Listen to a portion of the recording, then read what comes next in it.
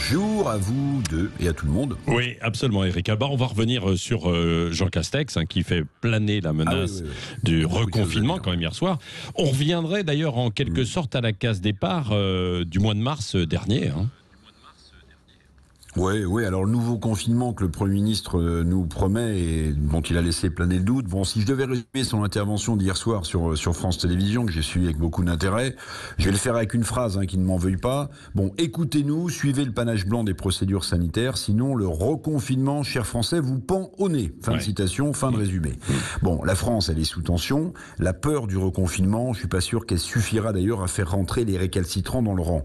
Mais je pose aussi une autre question, c'est celle de incroyable quand même confusion qui anime ce gouvernement depuis le début de la crise sanitaire. On peut même remonter à Édouard Philippe lorsqu'il était Premier ministre. Au mois de mars, vous vous en souvenez, Patrick et Cécile, le gouvernement avait opté pour le tout sanitaire. C'était tout chez vous. L'économie française, on verrait plus tard, elle était par terre, mais c'était pas grave, c'était le tout sanitaire. Cet été, ce fut le tout pour l'économie. 100% pour la reprise économique. La santé au soleil et sur les plages, on s'en souciait plus, puis on verrait plus tard. Le plus tard, il est là. On est à la fin de l'été, on est au début de l'automne, et en même temps, cher Emmanuel Macron, ressurgit, retriomphe. C'est 50% pour la santé, 50% on pourrait dire pour l'économie. Alors hier soir, repatatras, Jean Castex, le Premier ministre des Territoires, qui voit d'ailleurs une jacquerie politique se lever dans les territoires. Hier soir, le Premier ministre nous a donc menacé d'un nouveau reconfinement, c'est-à-dire, retour à la case départ du 100% tout sanitaire.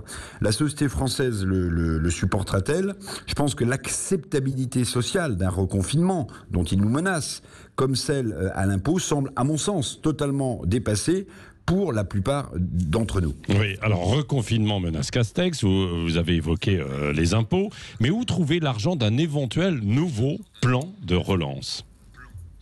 Bon, là, c'est évidemment, j'allais dire, tout le castex, vous voyez, tout le casse-tête. Si on reconfine, il faudra un jour redéconfiner, et donc relancer ce qui resterait de l'économie française. Relancer avec quel argent ? En tout cas, c'est sûr, pas celle des impôts des Français. D'ailleurs, Jean Castex a dit qu'il n'y aurait pas d'augmentation d'impôts. Parce qu'en réalité, les Français n'en peuvent plus des taxes, des impôts, des contributions diverses et variées. Alors l'État emprunterait de nouveau, mais là, vous voyez bien, on peut imaginer que l'argent magique, qui n'existe pas d'ailleurs, des marchés financiers, finirait par se tarir. Donc en fait, sous cette menace du reconfinement, on voit bien qu'il y a une impasse financière qui nous guette. Tout comme celle du reconfinement. Parce que la spirale du reconfinement, relance économique derrière, devient ingérable et dangereuse, mais pas seulement financièrement, elle devient ingérable, je pense, et dangereuse pour l'unité même du pays. Oui, merci à vous, Éric Revel.